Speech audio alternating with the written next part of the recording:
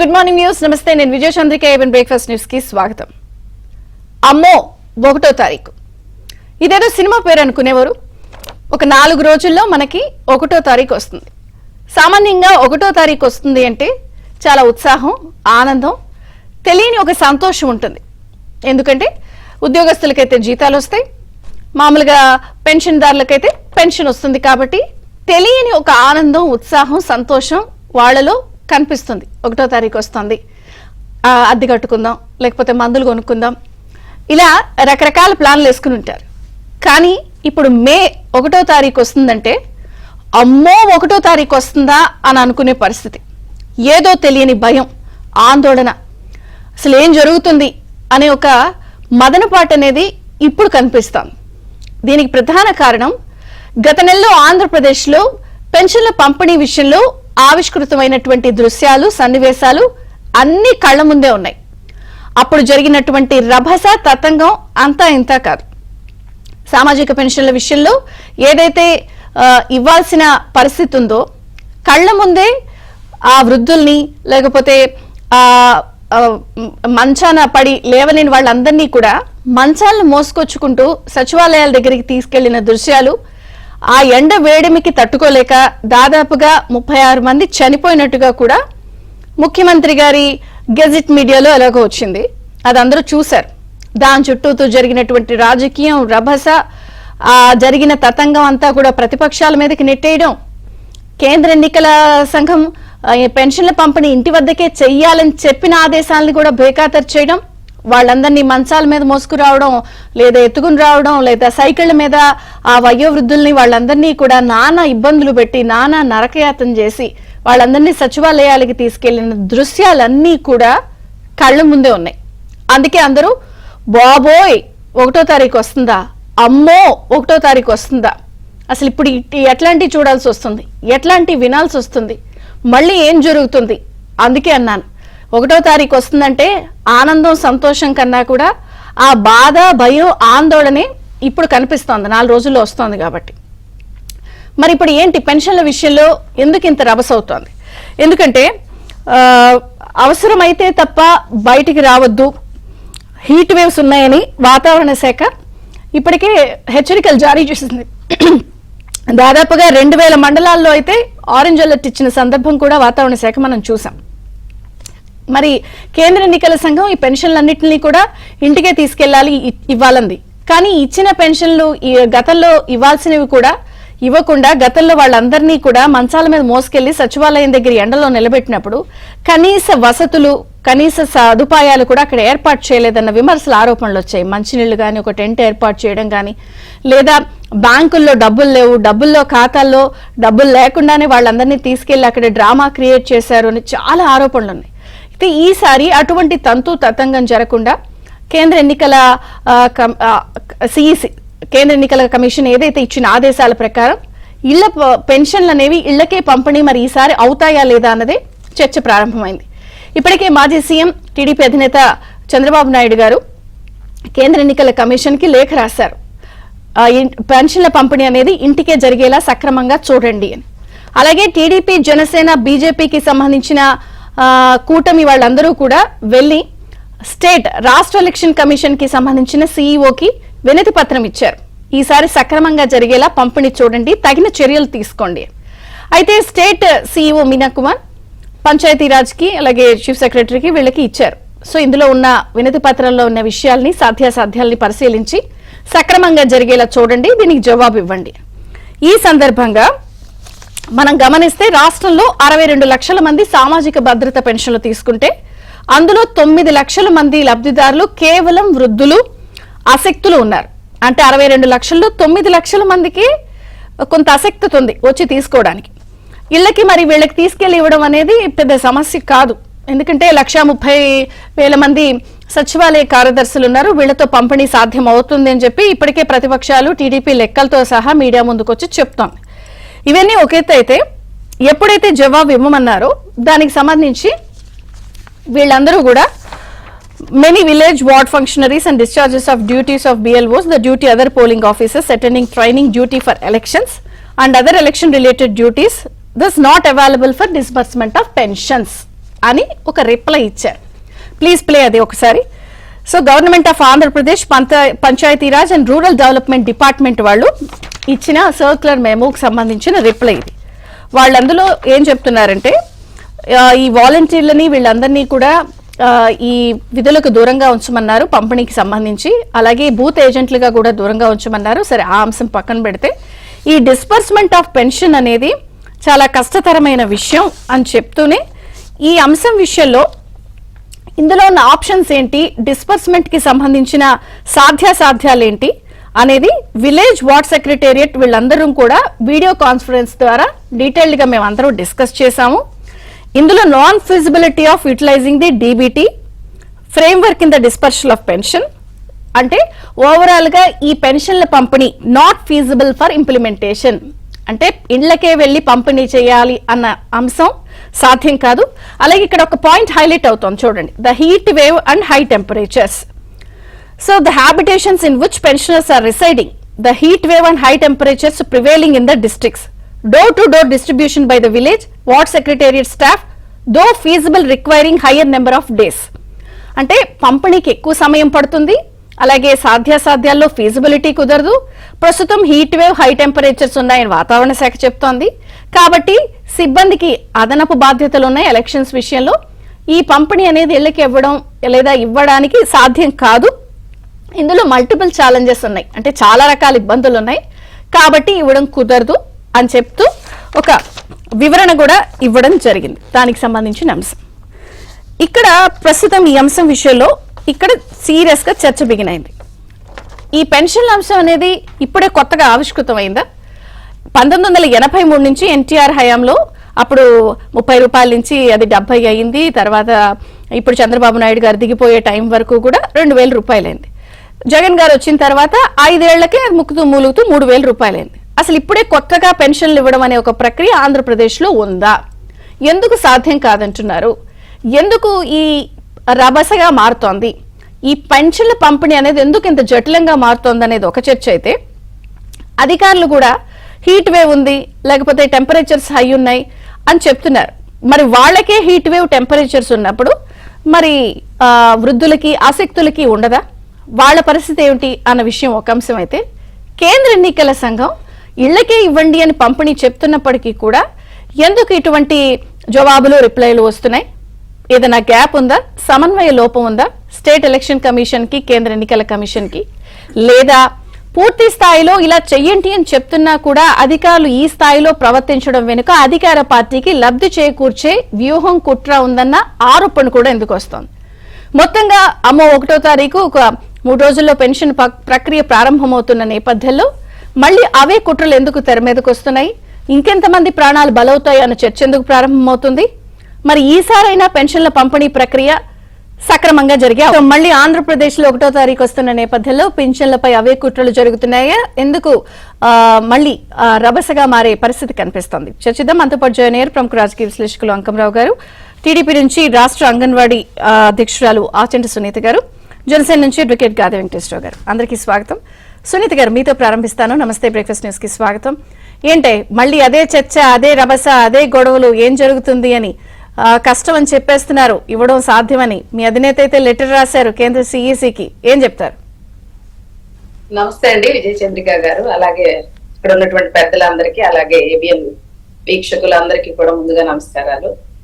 ఈ రోజు మనం చూస్తా ఉన్నామండి, జగన్మోహన్ రెడ్డి గారు ఎటువంటి రాజకీయాలకు తెరదీస్తా ఉన్నారనేది మనం లాస్ట్ మంత్ లో ఏప్రిల్ నెలలో ఏ విధంగా చేశారు, చంద్రబాబు నాయుడు గారు ఏం చెప్పారు, అతను చేసింది ఏంటి. జగన్మోహన్ రెడ్డికి ప్రతిదీ రాజకీయం చేయడం అనేది అలవాటు. ఎందుకంటే తన తండ్రి చనిపోయిన దగ్గర నుంచి కూడా రాజకీయాన్ని ఏ విధంగా రాజకీయ లబ్ధి కోసం దాన్ని ఉపయోగించుకోవాలా అనే కోణంలోనే ఈ రోజు జగన్మోహన్ రెడ్డి గారు ఉంటారు. చంద్రబాబు నాయుడు గారు చాలా క్లియర్ గా చెప్పారు, వాలంటరీ వ్యవస్థతో వాలంటరీల ద్వారా నగదు పంపిణీ విధానాన్ని కరెక్ట్ కాదు, అది ఎలక్షన్ కమిషన్ రూల్ కూడా, కాబట్టి మీరు వాలంటరీస్ తో అమౌంట్ ఇప్పించచ్చు అని చెప్పారు తప్ప ఎక్కడ కూడా వృద్ధులకి, వికలాంగులకు కానీ అలా వితంతువులకు పెన్షన్ ఇవ్వద్దు అనేది మాట మాత్రం చంద్రబాబు నాయుడు గారు చెప్పలేదండి.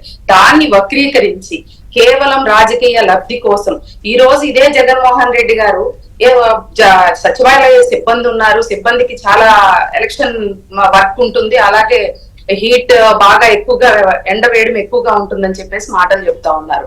రేపు మే 1 తారీఖు వస్తుంది. ఇప్పుడు చూసినట్లయితే 45 నుంచి 50 వరకు వడగాల్పులు గానీ ఉన్నాయి.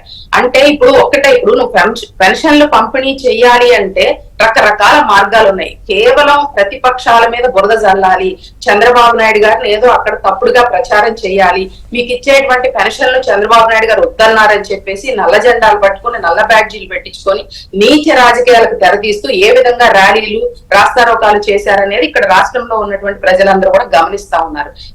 తన బ్లూ మీడియాలోనే చెప్పుకున్నారు 36 మంది వృద్ధులు చనిపోయారు అని చెప్పేసి. మరి వాటికి ఏం సమాధానం చెప్తారండి? దీనికి ప్రధాన ముద్దాయిగా నేనైతే చెప్తా ఉన్నాను, మొదటి ముద్దాయి సీఎం జగన్మోహన్ రెడ్డి గారు అయితే, రెండో ముద్దాయిగా ఈరోజు సిఎస్ గారు ఉండాలండి. ఎందుకంటే చంద్రబాబు నాయుడు గారు క్లియర్ గా సిఎస్ గారికి లెటర్ రాయడం జరిగింది. ఏదైతే వాలంటీర్లతో కాకుండా మీరు పెన్షన్ విధానాన్ని, సచివాలయ సిబ్బంది ఉంటారండి గ్రామాల్లో, అలాగే విఆర్ఏలు ఉంటారు, విఆర్ఓలు ఉంటారు, అంగన్వాడీ వర్కర్స్ ఉంటారు, ఆశాలు ఉంటారు, డ్వాక్రా యానిమేటర్స్ ఉంటారు. ఈయనకి ఎందుకు పంచే వాళ్ళు దొరకలేదని కేవలం చంద్రబాబు నాయుడు గారి మీద దుష్ప్రచారం చేయాలి, ఏదైతే తెలుగుదేశం పార్టీ మీకు పెన్షన్లు ఇవ్వద్దంటుందని ప్రచారం చేయటం కోసం, మాయ మాటల కోసం చెప్తున్నాడు తప్ప ఈ రోజు కేవలం ఏంటంటే బురద జల్లాలి, ఇది రాజకీయ లబ్ధి పొందాలి, రాజకీయ మైలేజ్ కోసం చేస్తున్నటువంటి ప్రచారం తప్ప ఎక్కడ కూడా ఇందులో నిజం ఉన్నటువంటి పరిస్థితి లేదండి. అసలు పెన్షన్ రాజ్యం కోసమే తెలుగుదేశం పార్టీ ఆ రోజు 35 రూపాయల పెన్షన్ అన్న నందమూరి తారక రామారావు గారు 35 పెన్షన్ స్టార్ట్ చేస్తే, అదే పెన్షన్ చంద్రబాబు నాయుడు గారు 75 రూపాయలు చేయడం జరిగింది. గత ప్రభుత్వంలో 2000 పెన్షన్ ఇచ్చిన చంద్రబాబు నాయుడు గారు ఈ రోజు ఆయన పెద్ద గొప్పగా చాలా పాదయాత్రలో గాని అన్ని రకరకాల మాటలు చెప్పేసి, నేను అధికారంలోకి వచ్చిన మొట్టమొదటే 3000 రూపాయలు పెన్షన్ ఇస్తానని చెప్పేసి అబద్ధపు మాటలు, మాయ మాటలు చెప్పి అధికారంలోకి వచ్చిన తర్వాత ఏ విధంగా పెంచుకుంటూ పోతా అని చెప్తా ఉన్నాడు. ఈయన చెప్పిన ప్రకారం 2019లో అధికారంలోకి వచ్చిన దగ్గర నుంచి ప్రతి ఒక్కరికి 3000 రూపాయలు పెన్షన్ ఇస్తే ప్రతి బెనిఫిషియర్స్ కి 1,80,000 రావాలండి. అంటే మీరు ఏం చేశారు? ఇప్పుడు సగటున 57 నెలల్లో కూడా మీరు ఇచ్చినటువంటి పెన్షన్ ఎంత అండి? దాదాపు అందులో కూడా 30,000 కోత పెట్టేసి పెంచుతూ పోతామని చెప్తున్నారు తప్ప, గత ప్రభుత్వంలో చంద్రబాబు నాయుడు గారు 200 ఉన్న పెన్షన్ ని 2,000 చేసింది. అంటే ఒక 5 సంవత్సరాల్లో 1,800 పెంచారు. ఈ రోజు జగన్మోహన్ రెడ్డి గారు ఎంత పెంచారు? అంటే సునీత్ గారు, ఒకటి ఇక్కడ పెంపు ఈ పాయింట్ మీద కాకుండా వాళ్ళు మిమ్మల్ని ఇవ్వనివ్వకుండా ఆపుతున్నారు అన్నది ఒకటి ప్రొజెక్షన్ చేస్తున్నారు.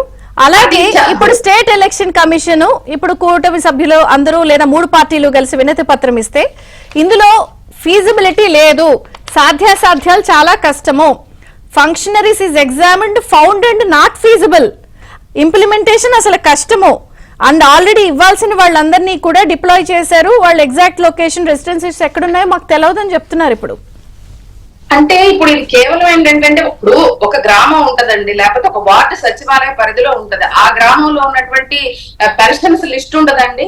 దీని మీద మాకు అసలు ఎలక్షన్ కమిషన్ మీద కూడా మరి ఎందుకు ఇలా చేస్తున్నారో మాకు డౌట్ అనేది కూడా వస్తా ఉంది. దీనికి గవర్నర్ గారిని కలవటం జరిగింది, ఎలక్షన్ కమిషన్ కి రిప్రజెంటేటివ్ కూటమి తరపున ఇవ్వటము జరిగింది. ఇంతమంది సిబ్బంది ఉన్నప్పుడు ఒక గ్రామంలో, గ్రామ పంచాయతీలో కానివ్వండి, అలాగే వార్డు సచివాలయంలో కానివ్వండి, పెన్షన్ దారులు ఎంతమంది ఉంటారు అనేది లిస్ట్ అవుట్ చేయడం అనేది ఎంత పెద్ద పని అండి. ఇప్పుడు అంగన్వాడీ వర్కర్స్ ఉన్నారు, ఒక 1000 జనాభాకి ఒక స్కూల్ రన్ చేస్తారు. అక్కడ ఉన్నటువంటి మొత్తం ఈ జనాభా గాని వాళ్ళ ఇది గాని మొత్తం అంగన్వాడీ వర్కర్ కానీ వాళ్ళకి తెలుస్తా ఉంటది. అలాగే విఆర్ఏలు ఉంటారండి, విఆర్ఓలు ఉంటారు, ఆశా వర్కర్లు ఉంటారు. వీళ్ళందరితో కూడా యూజ్ చేసుకొని పెన్షన్లు పంపిణీ చేయొచ్చు కదా. వృద్ధుల్ని, ముసలి వాళ్ళని, వితంతువుల్ని తీసుకొచ్చి సచివాలయాల ముందు కూర్చోబెట్టి రాజకీయ లబ్ధి కోసం చనిపోయారని చెప్పి చంద్రబాబు నాయుడు గారు ఇలా చేస్తున్నారని డ్రామాలకు తెరదీసి, కొత్త నాటకానికి తెరదీసి ప్రతిపక్షాల మీద బురద జల్లాలనే కార్యక్రమం తప్ప జగన్మోహన్ రెడ్డి గారు వచ్చి ఇప్పుడు ఉన్నటువంటి అవకాశాన్ని ఎందుకు సిఎస్ గారు దీన్ని పరిగణలో తీసుకోవట్లేదు? ఇంతమంది స్టాఫ్ ఉంటే వీళ్ళందరూ పెన్షన్లు ఇవ్వడానికి సరిపోరా అండి? ఇప్పుడు ఇంతమంది స్టాఫ్ ఉన్నారు గ్రామాల్లో, విఆర్ఓలు, విఆర్ఏలు ఇంతమంది స్టాఫ్ ఉన్నప్పుడు ఎంతమంది వితంతువులు ఉన్నారు, ఎంతమంది వికలాంగులు ఉన్నారు, అలాగే ఎంతమంది వృద్ధులు ఉన్నారని పెన్షన్ లిస్ట్ ఉంటుందా అండి? ఆ లిస్టు ప్రకారం అవి వాళ్ళందరికీ డిస్ట్రిబ్యూట్ చేయడం అనేది ఏమైనా పెద్ద కష్టమైన పని? ఫీజిబిలిటీ ఎందుకు ఉండదండి? Exact location of residencies and pensioners unlike dispersal అనేది చాలా కన్సిడరబుల్ టైం తీసుకుంటుందంట, కష్టమని చెప్పారు. ఇప్పుడు లాస్ట్ మంత్ ఇది జరిగిందండి, ఏప్రిల్ మంత్ లో జరిగింది. ఇది మే 1 తారీఖు వస్తుంది. ఇప్పుడు అంటే 1 మంత్ లో కూడా ఇవన్నీ తీసుకోవడం పెద్ద పని కాదు కదండి. ఒక వార్డులో గాని, ఒక గ్రామంలో గాని లిస్ట్ అవుట్ చేయడానికి ఆ గ్రామంలో ఉన్నటువంటి వాళ్ళందరినీ, యానిమేటర్స్ గానీ అందరినీ వాడుకొని ఎంతమంది ఉంటారు ఒక్కొక్క గ్రామానికి గాని, ఒక్కొక్క వార్డుకి గాని పెన్షన్ తీసుకునే వాళ్ళని ఐడెంటిఫై చేయడం ఎంతసేపు పనండి? కేవలం ఏంటంటే దీన్ని తప్పుదోవ పట్టించాలి, ఏదైనా వృద్ధుల్ని వికలాంగుల్ని ఇబ్బంది పెట్టి వాళ్ళని ఇది తీసుకెళ్లి రాజకీయ బురద జల్లి చంద్రబాబు నాయుడు గారే మీ పెన్షన్ లాప్ చేశారని చెప్పేసి రాజకీయ లబ్ధి కోసం ఎలక్షన్స్ ముందు కొత్త డ్రామాలకి తెరదీసే కార్యక్రమానికి తప్ప ఇందులో సాధ్యాసాధ్యాలు అనేది 100% చేయాలనుకుంటే చేయొచ్చండి. గవర్నర్ గారికి చెప్పాము, గారికి చెప్పాము. మాట్లాడదాం సునీత గారు, నేను మీకు మళ్ళీ ఛాన్స్ ఇస్తాను. ఒకసారి ఎనలిస్ట్ అండ్ జనసేనతో కూడా మాట్లాడదాం. నమస్తే అంకమరావు గారు. నమస్తే. సో తప్పుదోవ పట్టించడానికి ఒక అంశం ఉంది, లేకపోతే ఇందులో రాజకీయ కోణం ఉంది, లేదా ఇందులో పాసిబిలిటీ అవుతుంది సచివాలయ కార్యదర్శులతో కానీ అంగన్వాడీ రకరకాల సిబ్బందితో చెయ్యొచ్చు అని చెప్తున్నా కూడా సాధ్యం కాదు, నాట్ ఫీజిబుల్ అని ఒక అంశం చెప్తున్నారు. సేమ్ టైం స్టాఫ్ రెడ్యూస్ ఉంది, రకరకాల అసలు మొత్తంగా ఈ పెన్షన్ల పంపిణీ అనేది ఎందుకు ఇంత రభస అవుతుంది ఆంధ్రప్రదేశ్ లో? ఇది అసలు ఇప్పుడు జగన్ గారు వచ్చిన తర్వాతే కనిపెట్టిన వ్యవస్థ అయితే కాదు కదా పెన్షన్ ఇవ్వడం అనేది. ఎప్పుడో నుంచి 83 నుంచి ఉంది నాకు తెలిసి, రైట్? ఎందుకు ఇంత గొడవగా ఉంది? విజయచంద్ర గారు, మీకు ఏబిఎన్ ఆంధ్రజ్యోతి యాజమాన్యానికి, వీక్షకులకు, పెద్దలు గాదే వెంకటేశ్వరరావు గారికి, సోదరి ఆసంట సునీత గారికి, వీక్షకులందరికీ కూడా శుభోదయం. ఇది కష్టము కాదు, చేయటానికి పెద్ద ఇబ్బంది కాదు. సిఎస్ గారు, జవహర్ రెడ్డి గారు జగన్మోహన్ రెడ్డి గారికి అనుకూలంగా రాజకీయ లబ్ధి చేకూర్చడం కోసం ఆడుతున్నటువంటి నాటకం అనేది అందరికీ తెలుసు, అందుట్లో ఎలాంటి సందేహం కూడా లేదు. ఇక్కడ ఒక సందేహం ఏంటంటే 62 లక్షల మంది ఈరోజు లబ్ధిదారులు ఉన్నారు. అందుట్లో 9 లక్షల మంది వికలాంగులు కావచ్చు, వయోవృద్ధులు కావచ్చు, అనారోగ్యం పాలైన వాళ్ళు కావచ్చు, 9 లక్షల మంది ఉన్నారు. ఇప్పుడు పంచాయతీ కార్యాలయ కార్యదర్శులు ఉన్నారు కదా, వీళ్ళు పెట్టిన వాళ్ళు చూసుకుంటా ఉంటే 1,30,000 మంది ఉన్నారు. సచివాలయ కార్యదర్శులు 1,30,000 మంది ఉన్నారు వాళ్ళు. అలాగే అంగన్వాడీలు ఉన్నారు, ఆశా వర్కర్లు ఉన్నారు, విఎల్ఓలు ఉన్నారు, విఆర్ఓలు ఉన్నారు. వీళ్ళందరికీ కనుక కేటాయిస్తే 9 లక్షల మందికి మనిషికి 5 కంటే ఎక్కువగా ఇవ్వాల్సిన అవసరం ఆ పరిధిలో. అది పెద్ద కష్టమైన పని ఏమీ కాదు, ఇష్టంగా కూడా చేస్తారు. ఎందుకంటే వీళ్ళందరూ దానికి సిద్ధమై ఉండవాళ్లే కదా. వీళ్ళు ఆ గ్రామానికి సంబంధించి అక్కడ ఉండి, ఇప్పుడు వాళ్ళు ఎంత హాస్యాస్పదంగా ఉంది అంటే వాళ్ళ ఇళ్ళును గుర్తించడానికి ఇబ్బంది, లేకపోతే వాళ్ళు ఎక్కడున్నారో గుర్తుకెళ్ళి మేము ఇవ్వాలంటే ఇబ్బంది అని చెప్పని మాట్లాడుతూ ఉన్నారు కదా. టెంపరేచర్లు, హీట్ వేవ్, అసలు ఎంత అన్యాయంగా మాట్లాడుతున్నారంటే ఇది కావాలని చేస్తున్నారని అర్థమైపోతా ఉంది. ఎన్నికల సంఘం, కేంద్ర ఎన్నికల సంఘం కూడా వాళ్ళు ఆదేశించిన తర్వాత వీళ్ళు అభ్యంతరం పెడితే అసలు ముందుగానే సిఎస్ గారిని, డీజీపీ గారిని తొలగించాలని చెప్పని ప్రతిపక్షాలు ఆందోళన చేస్తున్నాయి, ప్రజలు కూడా కోరుకుంటున్నారు. ఇవాళ సజావుగా ఎన్నికలు జరగాలంటే ముఖ్యంగా వాళ్ళిద్దరిని పదవుల నుంచి తొలగించాలని. ఇంకా ఈ కేంద్ర ఎన్నికల సంఘం కావచ్చు, రాష్ట్ర ఎన్నికల సంఘం కావచ్చు ఎందుకు మేనమేషాలు లెక్క పెడుతున్నాయి అనేది ఇప్పుడు అర్థం కాని విషయం. గత ఏప్రిల్లో చూశారు, అప్పుడు కూడా ఆదివారం అంటే 31వ తారీఖు కూడా బ్యాంకులు పనిచేసినాయి, కానీ వాళ్ళు జాగ్రత్త పడలేదు. ఆ రోజు కూడా 3వ తారీఖు, అంతకుముందే సాక్షి పేపర్లో ఖజానాలో డబ్బులు లేవన్నది ఒక చర్చ జరిగింది. సాక్షి పేపర్లో 26వ తారీఖు నాడే ప్రచురించారు, వాళ్ళ దినపత్రికలు ప్రచురించుకున్నారు. ఎందుకంటే 3వ తారీఖు దాకా ఇబ్బంది, అప్పుడు దాకా రావని చెప్పని. కానీ దాన్ని కూడా రాజకీయ లబ్ధిగా ఉపయోగించుకున్నారు. ఆ రోజు నిమ్మగడ్డ రమేష్ కుమార్ గారు న్యాయస్థానం ఆశ్రయించిన సందర్భంగా న్యాయస్థానం ఇచ్చిన తీర్పు ప్రకారం దాన్ని ఒక కులానికి అంటగట్టి చంద్రబాబు నాయుడు గారి సామాజిక వర్గానికి చెందిన వ్యక్తి నిమ్మగడ్డ రమేష్ కుమార్ గారు చంద్రబాబు నాయుడు గారు చెబితేనే చేశారని చెప్పని దాన్ని రాజకీయ లబ్ధికి ఉపయోగించుకోవాలని చూశారు. కానీ ఆ రోజు జరిగిన పరిణామాలన్నీ ప్రజలందరికీ తెలిసిపోయినాయి, అది వాళ్ళకే ఎదురు తిరిగింది. ఇప్పుడు కూడా 36 మంది చనిపోయారు పోయినసారి, వాళ్ళు చెప్పిన లెక్కల ప్రకారం. వాళ్ళనే ఇబ్బంది పడింది. ఆ సేవా రాజకీయాలు చేయాలని చెప్పని మంత్రి గారు కూడా వెళ్తే చేతకరించుకున్నారు, చీపురు కట్టెలతో కొట్టడానికి సిద్ధపడ్డారు. చీపురు కట్టెలు తీసుకుని కొట్టలేదు అంతే, మిగిలిన కార్యక్రమాలన్నీ చేశారు. అయినా సరే సిగ్గు రావట్లేదు వాళ్ళకి. ఇప్పుడు కూడా సిఎస్ గారు లేకపోతే ఈ పంచాయతీకి సంబంధించిన కార్యదర్శులకి వీళ్ళకి రాసిన తర్వాత వాళ్ళు కలెక్టర్లతోటి వీళ్ళతో కాన్ఫరెన్స్ చేసిన తర్వాత ఇది కాదు అన్నారంటే వీళ్ళకి ఆ ఉద్యోగాలు చేసే అర్హత ఉందా, ముందు ఇది ఆలోచించాలి. ఇది రాజకీయం చేయడం కోసం జవహర్ రెడ్డి గారు వాళ్ళు చేస్తున్నటువంటి నాటకాల్లో ఈ ఈళ్లు కూడా పౌలైపోతా ఉన్నారు. ముఖ్యంగా అధికారులు, ప్రత్యేక స్థానంలో ఉన్న అధికారులు దీనికి ఎందుకు వంత పడుతున్నారో ఇప్పుడు కూడా అర్థం కాని విషయం. వీళ్ళందరినీ తొలగించాలని, వీళ్ళ మీద అభియోగాలు ఉన్నాయని చెప్పని చంద్రబాబు నాయుడు గారు, అలాగే పవన్ కళ్యాణ్ గారు, పురంధేశ్వరి గారు వాళ్ళు కేంద్ర ఎన్నికల సంఘాలకి వివరాలతో కూడి ఎవరెవరు ఎట్లా చేస్తున్నారని చెప్పి వివరాలతో కూడినటువంటి పొందుపరిచినటువంటి లేఖలు వాళ్ళకి ఇచ్చినా కూడా ఇంకా ఈ మేనమేషాలు లెక్క పెడతామంటే ఎక్కడో కొంత అనుమానం ఏర్పడతా ఉంది. ఇది ఇంకా రాజకీయ లబ్ధి కోసం కేంద్ర ఎన్నికల సంఘం వ్యవస్థలు ఇంకా జగన్మోహన్ రెడ్డి గారి అధిపాజ్ఞంలోనే ఉన్నాయి, ఆయన చెప్పినట్టే జరుగుతున్నాయి అని చెప్పి భావించాల్సి వస్తుంది ఇప్పుడు కూడా. అందుట్లో ఎలాంటి సందేహం కూడా ఎవరికి అది బాధ కలిగినా ఎవరికి నష్టం జరిగినా వాస్తవం మాత్రం చాలా స్పష్టంగా కనపడతా ఉంది. దీనికి వీళ్ళు అందరూ కూడా ఆలోచించుకోవాలి. ముఖ్యంగా తెలుగుదేశం పార్టీ వాళ్ళకి కానీ జనసేన వాళ్ళకి కానీ నేను తెలియజేసేది ఏంటంటే, ప్రతి గ్రామంలో మీ కార్యకర్తలు ఉన్నారు, సుశిక్షులైన కార్యకర్తలు ఉన్నారు, మీ నాయకులు ఉన్నారు. ఎవరెవరు ఇందుట్లో అనారోగ్యం పాలయ్యి ఉన్నవారు, నేను ఉదాహరించిన ముగ్గురు అంగవైకల్యం చెందినవాడు కావచ్చు, వృద్ధులు కావచ్చు, వాళ్ళని గుర్తుపెట్టుకొని వీళ్ళు ఎలాంటి నాటకాలు ఆడబోతున్నారు దాన్ని దృష్టిలో పెట్టుకొని మీరందరూ వాళ్ళ దగ్గర పర్యవేక్షణ చేసేసి, అంటే లాస్ట్ టైం ఇలా జరిగింది కాబట్టి వీడియోలు రావటం, ఆడియోలు రావడం, వాలంటీర్ ఫోన్ చేసి అయ్యా చంద్రబాబు గారు ఆపేయమన్నారు అందుకే ఆపేసామని చెప్పి వీడియోలు వచ్చినాయి అప్పుడు, రికార్డెడ్ వీడియో. కాబట్టి ఇప్పుడు వాళ్ళు దాని మీద చర్యలు తీసుకొని మీరు వాళ్ళ దగ్గరికి వెళ్ళి జరిగిన పరిణామాలు వివరిస్తూ ఎవరెవరు వస్తున్నారో వీడియోలో తీసేసి ప్రపంచానికి తెలియజేయండి. వాళ్ళు ఆడే నాటకాలు ప్రపంచానికి తెలియాలి. ఇప్పుడు ఈ ఒకటి చంద్రబాబు నాయుడు గారు, పవన్ కళ్యాణ్ గారు ఒక హామీ ఇచ్చారు, అది వీళ్ళందరూ మర్చిపోతా ఉన్నారు. ఒకవేళ పొరపాటున మీకు ఎవరికన్నా రాకపోతే జూన్లో అధికారంలోకి వచ్చిన తర్వాత జూలై 1వ తారీఖు నాడు మీకు అందరికీ మేము అందజేయడం కూడా జరుగుతుందని చెప్పి రెట్రోస్పెక్టివ్ స్టైల్లో చెప్పారు. ఇప్పుడు రెండు అక్కడ జరుగుతుంది కాబట్టి ఇప్పుడు ఒకటి ఆలోచించండి. ఇక్కడ వాలంటీర్లను దూరంగా ఉంచమన్నారు, అందువల్లే ఇలా జరుగుతుందని చెప్పని వీళ్ళు మాట్లాడుతున్నారు. అసలు వాలంటీర్ ఆలోచన వీళ్ళకి ఎందుకు వచ్చింది? రాజకీయాల గురించి వీళ్ళు ప్రేరేపితమై మాట్లాడుతున్నట్టు రాజకీయంగా వాళ్ళు ఆ సొక్కాలు వేసుకొని వీళ్ళు పనిచేస్తున్నట్టు కనపడుతుంది తప్ప. Ward functionaries are eliminated, net staff available for the dispersal is substantially reduced, అంతే మరి తగ్గిందని చెప్తున్నారు కదా. మరి అంటే వీళ్ళకి అసలు దానికి సంబంధం ఏంటి? అది మాట్లాడాల్సిన అవసరం ఇక్కడ ఏమొచ్చింది? అంటే మీరు ఇందాక ఉదాహరించినట్టు ప్రారంభంలోనే ఇది వీళ్ళతో మొదలు కాలేదు కదా. 1983లో అనంతమూరి తారక రామారావు గారు మొదలు పెట్టారు, దాన్ని చంద్రబాబు నాయుడు గారు 75 రూపాయలు చేసుకొచ్చారు. రాజశేఖర రెడ్డి గారు వచ్చిన తర్వాత దాన్ని 200 చేశారు. చూడండి, 10 సంవత్సరాల్లో వాళ్ళు పెంచింది 125 రూపాయలు. 10 సంవత్సరాలు 2004 నుంచి 2014 వరకు వాళ్ళు పెంచింది 125 రూపాయలు. చంద్రబాబు నాయుడు గారు వచ్చిన తర్వాత ఒకే దఫా 1000 రూపాయలు చేశారు. 5 సంవత్సరాల్లో తిరిగి మళ్ళీ 2000 రూపాయలు చేశారు. అంటే ఇక్కడ తెలుగుదేశం ప్రభుత్వం కావచ్చు, చంద్రబాబు నాయుడు గారు కావచ్చు, వీళ్ళకి 1875 రూపాయలు అంత చేశారు. వీళ్ళు ఇచ్చింది 125 రూపాయలు. ఈయన వచ్చిన తర్వాత ఇప్పుడు ఇన్ని ముక్కి మూలిగి 1000 రూపాయలు పెంచారు. అంటే వీళ్ళందరూ కలిసి ఇచ్చింది 1250 రూపాయలు 15 సంవత్సరాల్లో. చంద్రబాబు నాయుడు గారు కావచ్చు, తెలుగుదేశం ప్రభుత్వం కావచ్చు, అనంతమూరి తారక రామారావు గారు కావచ్చు 1875 రూపాయలు ఇచ్చారు. ఆ రోజు ఇంటికి తీసుకెళ్ళి ఇవ్వలేదు కదా. వాళ్ళ పరిస్థితిని అర్థం చేసుకుని అందరికి అందినాయి కదా. ఆ రోజు ఎలాంటి ఇబ్బందులు లేవు కదా. అంటే అప్పుడు ఎండాకాలాలు రాలేదా? ఈ ఇబ్బందులు లేకుండానే పోయినాయా? ఇట్లానే జరిగినాయా? ఆ రోజు కార్యదర్శి దగ్గరకు వచ్చేసి 100కి 1000% ఈ రోజు రాజకీయాలు ఉన్నాయి. వాళ్ళకి కావాల్సింది అంటే శవ రాజకీయాలు కావాలి ఇప్పుడున్న అధికార పార్టీకి. దానికోసం వాళ్ళు ఏమైనా చేస్తారు. మీరు మేల్కోండి. నేను చెప్పినట్టు ఆ లబ్ధిదారులు ఎవరో గ్రామాల్లో మీ అందరికీ తెలుసు కాబట్టి ఆ లబ్ధిదారుల దగ్గరికి వెళ్ళండి, వివరించి చెప్పండి. మళ్ళీ గతంలో కూడా చెప్పారు, మీ మీద ఉన్న అభియోగాలు పోయినాయి. ఇప్పుడు ఎందుకంటే పెద్దలు వెంకటేశ్వరరావు గారికి క్షుణ్ణంగా తెలుసు దీని గురించి. అందుకే బ్రేక్ తీసుకుని వారితో కూడా మాట్లాడదాం.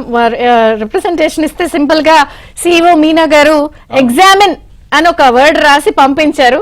మరి ఎగ్జామిన్ అయినా కూడా పరిస్థితి అయినట్టే. జనసేన నుంచి గాదే వెంకటేశ్వర గారు ఉన్నారు. గాదే వెంకటేశ్వర గారు నమస్తే అండి, బ్రేక్ఫాస్ట్ న్యూస్ కి స్వాగతం. అదే గొడవలు, అదే కుట్రలు, మళ్ళీ అదే చర్చ. 1వ తారీఖు వస్తుంది, అదే రభస. అసలు ఈసారన్నా సక్రమంగా అవుతాయా లేదా అని మీరు వినతి పత్రం కూడా వెళ్ళి ఇచ్చారు. దాన్ని ఎగ్జామిన్ చేయమన్నారు, చేశారు, సాధ్యాలు కావని చెప్పేశారు. ఏం చెప్తారు?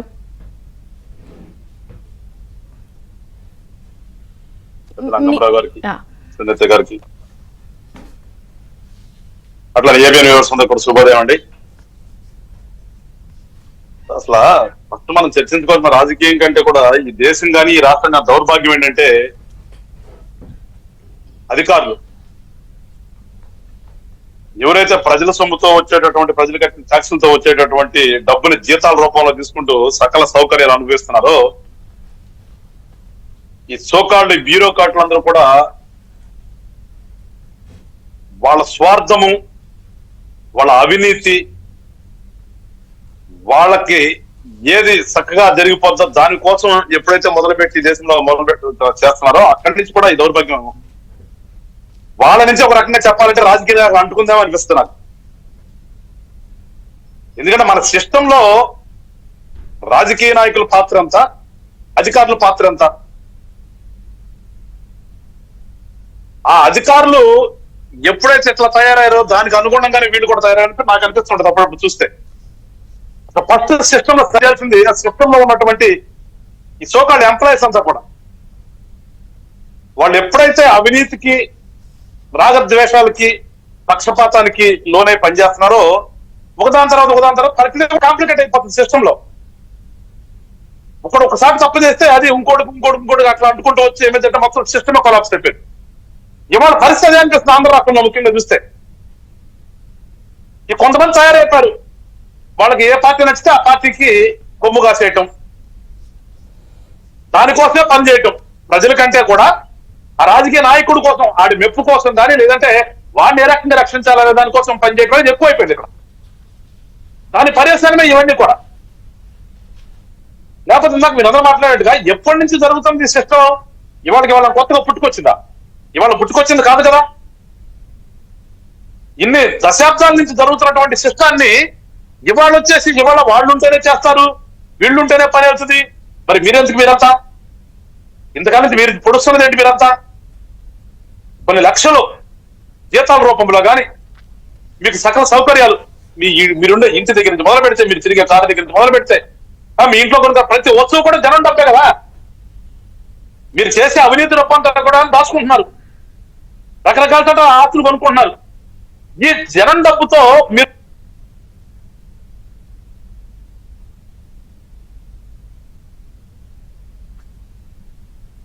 ఇవాళ ఆపద్ధర్మం, ఇవాళ ప్రభుత్వం ఎలక్షన్ రోడ్డు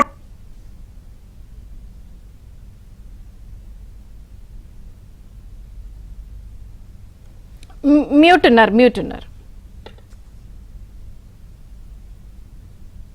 ఈ ఆపద్ధర్మంలోకి వచ్చిన తర్వాత పరిపాలన అంతా కూడా సిఎస్ చేతిలోకి వెళ్తుంది. సిఎస్ ఎవరు చెప్పినట్టు ఎలక్షన్ కమిషన్ చెప్పిన ప్రకారం సిఎస్ నడుచుకోవాలి. కొన్ని సందర్భాల్లో ప్రభుత్వం నడిపించడమే కాకుండా ఏదైతే సిఎస్ ఎలక్షన్ కమిషన్ డైరెక్షన్స్ ఆ డైరెక్షన్ ప్రకారం నడవాలి. మరి అలాంటప్పుడు ఈ అత్యున్నత స్థానంలో ఉన్నటువంటి అధికారులు చేస్తున్న శాఖలు ఏంటండి? మన ప్రభుత్వం వచ్చినప్పటి నుంచి చూస్తున్నాం.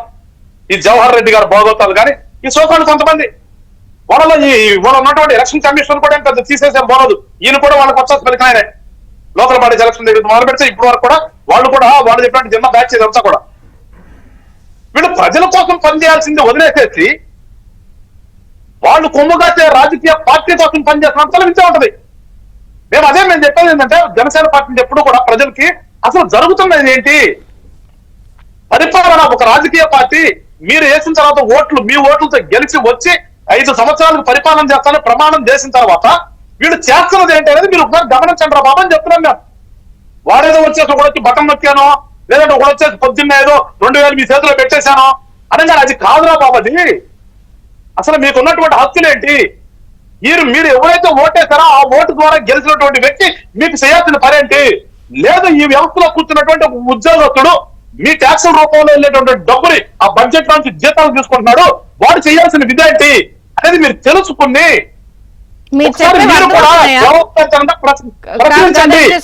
చెప్పేవి అర్థం అవుతున్నాయా? చెప్తున్నాను ప్రశ్నించాలని నేను చెప్తున్నా. మేము జనాన్ని ఎడ్యుకేట్ చేయడం కోసం జనసేన పార్టీ అని ఒక మార్పు తీసుకురావాలనే ఒక ఆలోచన రాష్ట్రంలో మొదలైంది పార్టీ మాది. కానీ జనం దుర్భాగ్యం ఏంటంటే జనం కూడా ఏదో వస్తుందంటారా ఊరకన వస్తే రూపాయలు తీసుకుందామనే ఆలోచనకు వచ్చేసారు తప్పితే అసలు ఏమి జరుగుతుంది, ఎవరు నిర్ణయాలు ఏంటనేది పోయింది. ఇక్కడ ఒక రాజకీయ పార్టీని నిందించడం కాదు కదా ప్రజలు చేసింది. సిస్టమ్ లో ఉన్నటువంటి వాళ్ళు చేసే తప్పులు మీరు అప్పాలి. రాజకీయ పార్టీ ఎప్పుడూ కూడా ప్రతిపక్షంలో ఉన్న పార్టీ ప్రజలకు మంచి చేయాలనే ఆలోచిస్తాం. ప్రజలకు మంచి చెయ్యండి అనే అధికారంలో ఉన్నటువంటి పార్టీని కోరుతాము, అధికారులను కోరుతాము. ఎక్కడక్కడ ప్రతిపక్ష పార్టీ ఎప్పుడు కూడా ప్రజలను ఇబ్బంది పెట్టే ఆలోచన ఉండలేదు. అసలు ఏ పార్టీనే కానివ్వండి, ఏ పార్టీ ప్రతిపక్షంలో ఉన్నా కానీ ప్రతిపక్ష పాత్ర అన్నది ప్రజల కోసం, ప్రజల తరపున పోరాడతారు చెప్తే ప్రజలకు వ్యతిరేకంగా ఏ ఒక్క కార్యక్రమం కూడా ప్రతిపక్షంలో ఉన్నటువంటి రాజకీయ పార్టీ చెయ్యదు. వీళ్ళు దీన్ని వల్ల మార్చి వాళ్ళ చేతగానితనానికి వాళ్ళు ఏదో చెప్తున్నా ఈ అధికారులు వాళ్ళు కొమ్ముగాస్తున్నారు కదా. జగన్మోహన్ రెడ్డి గారికి మళ్ళా ఏదో లబ్ధి చేద్దాము, ఈ 60 లక్షల మంది పెన్షన్లను తీసుకున్నారు కాబట్టి వీళ్ళలో ప్రతిపక్షాల మీద ఒక వ్యతిరేక భావన తీసుకురావాలంటే ఒక అవకాశం వచ్చింది మనకి. ఈ అవకాశాన్ని వినియోగించుకుందాం. ఎందుకంటే వాళ్ళు బాగా తెలియగలరు కదా, అయ్యేస్తాం కదా. మనం చెప్తాం కదా మన దేశంలో అత్యున్నత చదువు అదే కదా అక్కడ. అంటే వీళ్ళందరూ పెద్ద తెలివిగలరు అనుకుంటారు కదా. ఆ తెలివితేటలు మనుషులకు మంచి చేస్తానికి ఉపయోగించకుండా హాని చేసి ఆ హానిని ఇంకొకరికి లబ్ధి చేకూర్చామనే ఒక దుర్మార్గమైనటువంటి ఆలోచనలో ఇవాళ రాష్ట్ర ప్రభుత్వంలో ఉన్నటువంటి అధికారులందరూ కూడా పనిచేస్తున్నారు. ఇవాళ మేము అందుకే చెప్తున్నాం, ఇవాళ ఈ పెన్షన్ సిస్టమ్ అనేది మీరు రాకముందు ఎట్లా తెలుపరచలేదు ఈ రాష్ట్రంలో. మీరు వచ్చే ఉన్న ఒక వాలంటీర్ తీసుకొచ్చి 50 ఏళ్ళకు ఒకళ్ళు అన్నారు ఎలక్షన్ వచ్చింది కాబట్టి వాళ్ళు ఎప్పుడు కూడా మీరు చెప్పినట్టుకుంటే గౌరవ వేతనం తీసుకుని సేవ చేస్తానికి ఉన్నవాళ్ళు వాళ్ళు ఎలక్షన్ రూల్స్ ప్రకారం ఎలక్షన్ నోటిఫికేషన్ వచ్చిన తర్వాత వాళ్ళు కూడా పక్కకి వెళ్ళాలి. అదేదో చంద్రబాబు నాయుడు చెప్తారా, పవన్ కళ్యాణ్ చెప్తారా కాదు కదా, అది శిక్షణలో ఉన్నది కదా, అరాజకం వస్తున్నది కదా, ఇవాళ కొత్తది కాదు కదా. ఇవాళ మీరు అలాంటప్పుడు మీరు ఏం చేయాలి? మీరు ఏం చెప్తున్నాడు కదా మీరు ముఖ్యమంత్రి గారు, ఇవాళ సిద్ధం సభలని మార్పు తెచ్చేసాను నేను. మీరందరూ ఇలా మాట్లాడుతున్నారు, నిజాలు మీడియా చెప్తోంది. ప్లీజ్ ప్లీజ్ వినండి, ఒక నిమిషం వినండి. ఈ యాడ్ వస్తుందండి, ఏ యూట్యూబ్ ఛానల్ పెట్టినా కానీ ఏ ఛానల్ పెట్టా ఫస్ట్ యాడ్ వస్తుంది. ఏ ఊరు వచ్చి నేనంట మొట్టమొదట ఎవరు పాపం అమెరికా నుంచి వచ్చాడంట చెప్తున్నారు, చూసి ఆశ్చర్యపోతారంట ఊరిని చూసి. అమెరికాలో ఉందంట మన ఆంధ్రప్రదేశ్, మరి ఎవడో మన అమెరికా పోయించాడు ఎవడో, ఆ యాడ్ నటించాడు ఎవడో తెలియదు అన్నట్టు ఊరికి రాగానేనంట మొట్టమొదటిగా ఒక సచివాలయం కనిపించిందంట, ఒక వార్డు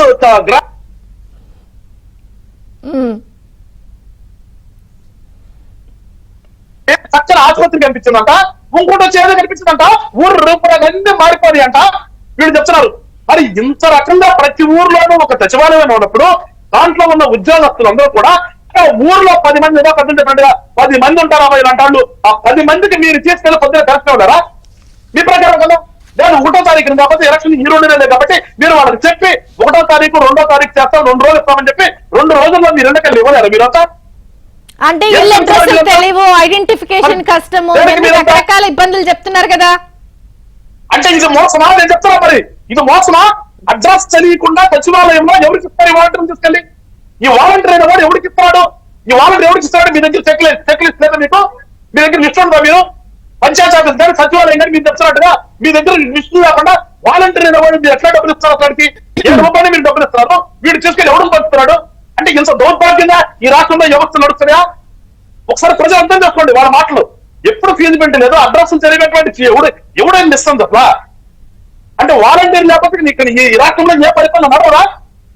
అంటే ఎంత దుర్మార్గంగా ఇంతకాలం నడుపుతారో ఒకసారి ప్రజలు అర్థం చేసుకోవాలి. ఆ ఊర్లో ఉండే ఒక 10 మంది పేర్లు కానీ లేదంటే పేర్లు ఉంటే వెళ్ళి ఎవరున్నా ఇంకోటి ఎవరైనా పనినాడుగా పక్కిలో కూడా చెప్పడా? అంటే ఇంత నిస్సిగ్గుగా సిఎస్ గారు రిప్లై ఇచ్చారంటే ఆయన ఈ ఎలక్షన్ కమిషన్ కూడా నమ్మి నిలబడి కూర్చున్నారంటే ఇంక అంతకన్నా దౌర్భాగ్యం ఏంటండి? ప్రతిపక్షాలు మేము ఎంత గొప్పలు పెడితే మాత్రం ఉపయోగం ఉంది? లెటర్ ఇచ్చారు కాదు, మీరు వెళ్ళి లెటర్ ఇచ్చారు, మీరు ఉన్నారా? లెటర్ ఇచ్చిన వాళ్ళలో మీరు ఉన్నారు, కనపడుతుంది. అసలు కేంద్ర ఎన్నికల కమిషన్ చెప్పింది ఇలాగా, రాష్ట్ర ఎన్నికల కమిషన్ మీరు ఇచ్చిన దాన్ని ఎగ్జామిన్ చేయమంది. అంటే కేంద్ర ఎన్నికల కమిషన్ కి రాష్ట్ర ఎన్నికల కమిషన్ కూడా సమన్వయం లేదా?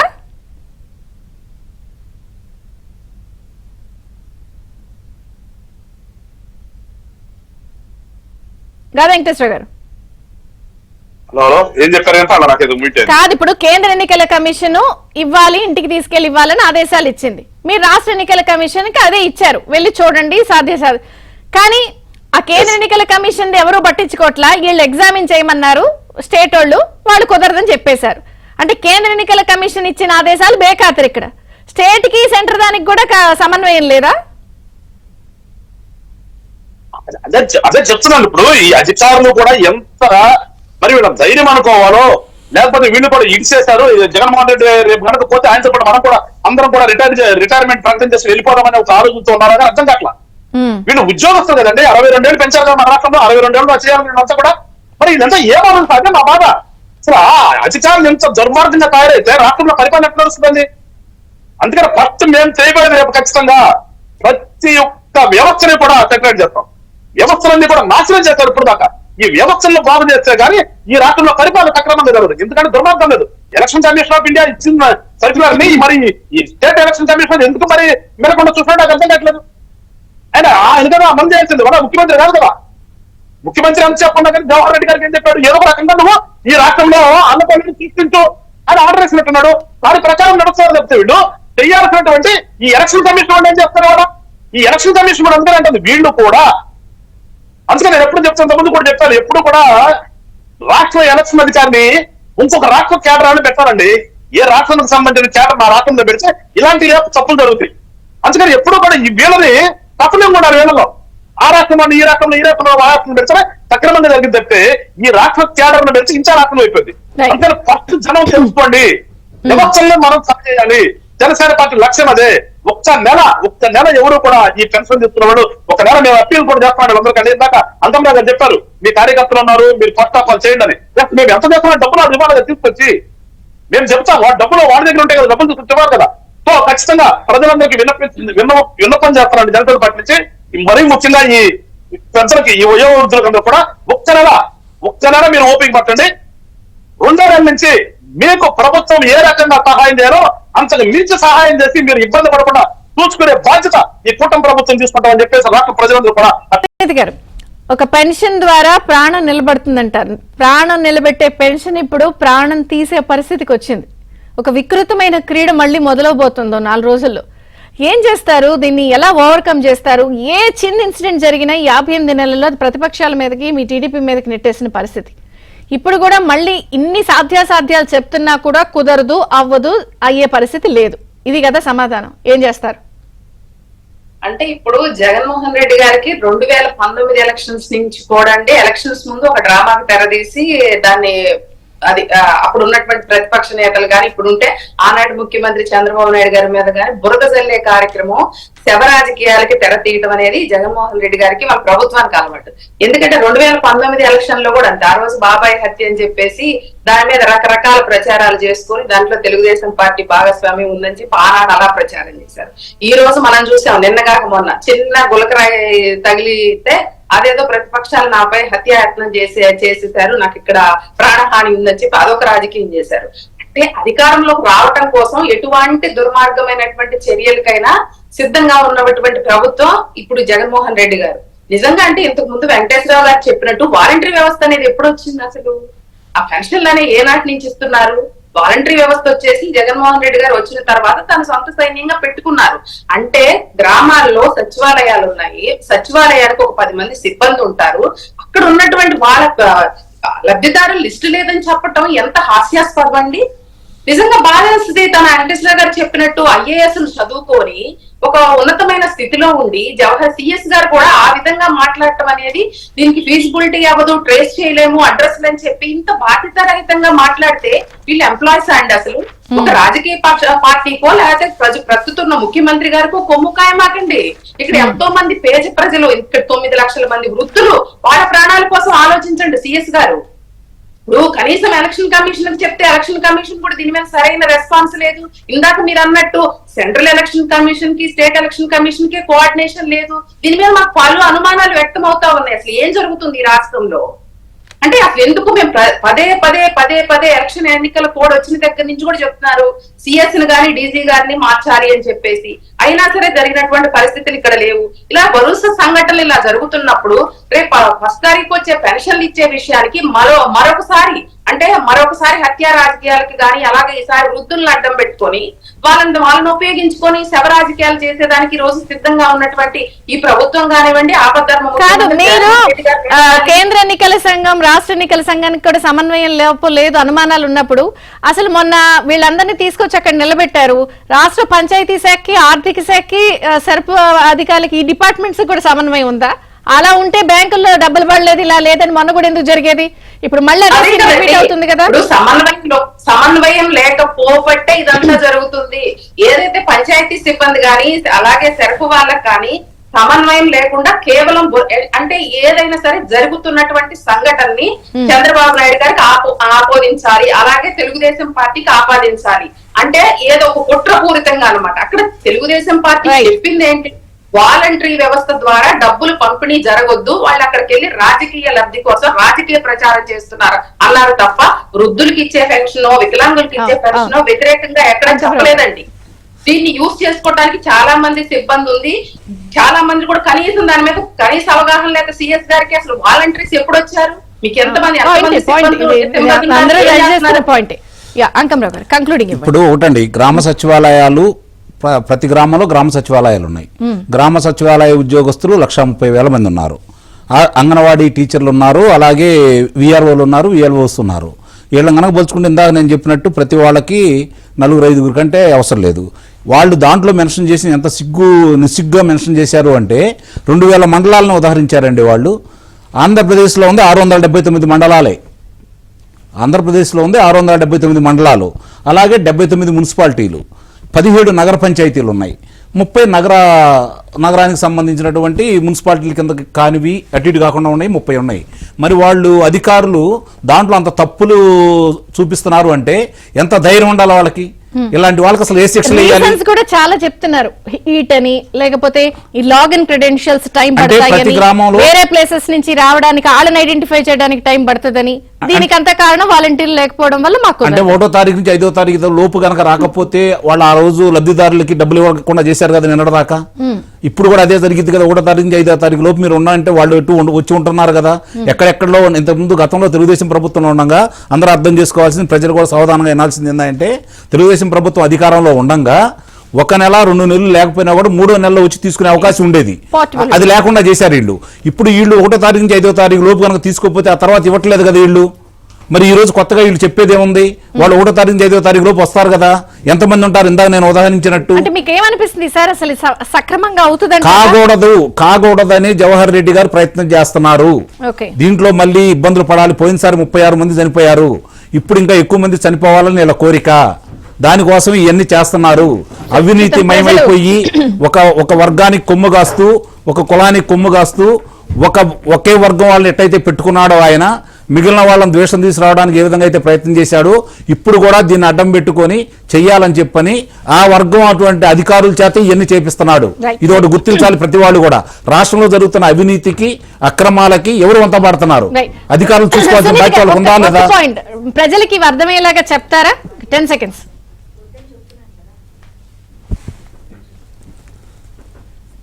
సునీతి గారు, విజయ చంద్రిక గారు, ప్రజలకు అర్థమయ్యేలా చెప్తారా? 10 seconds. తప్పకుండా అండి, తప్పకుండా. ప్రజల్లోకి వెళ్తున్నాము ఇప్పుడు మేము. ప్రతి ఒక్కళ్ళు కూడా నీతి రాజకీయాలు అనేది అర్థం చేసుకున్నటువంటి పరిస్థితుల్లో కూడా ఉన్నారు. రేపు 5 రోజుల్లో ఇంతకు ముందు వారు చెప్పినట్టు, అంకుమరావు గారు చెప్పినట్టు, అది ఏదైతే పోర్టబిలిటీ విధానం ద్వారా దాదాపు మనం 3 months 4 months లేకపోయినా పెన్షన్లు ఇచ్చేవాళ్ళం, 5-6 తారీఖుల వరకు ఇచ్చేవాళ్ళం. ఈ రోజు దిక్కుమాలిన రూల్స్ పెట్టి 1st తారీఖే పెన్షన్ తీసుకోవాలి, లేదంటే 15 కిలోమీటర్ల దూరంలో ఉంటే పెన్షన్ ఇవ్వము అని చెప్పేసి రకరకాల ప్రయత్నాలు చేస్తున్నారు. మేము ఒక్కటే కోరుతున్నాం రాష్ట్ర ప్రభుత్వాన్ని కానీ, అలాగే సీఎస్ గారిని కానీ, 1st తారీఖు కాకపోతే 2 days టైం తీసుకోండి. 2 days టైం తీసుకొని తిరుపతిని అంతా 1,00,000 మంది అంగన్వాడీ వర్కర్స్ ఉన్నారు, 50,000 మంది యానిమేటర్స్ ఉన్నారు. వీళ్ళందరినీ యూజ్ చేసుకొని ఐడెంటిఫై చేసి వృద్ధులకి, వికలాంగులకి ఇవ్వాల్సినటువంటి పెన్షన్లు ఇవ్వండి. చూద్దాం మీ సలహాలు, ఈ మ్యాపింగ్ పాసిబిలిటీస్ అన్ని ఎంతవరకు వర్కౌట్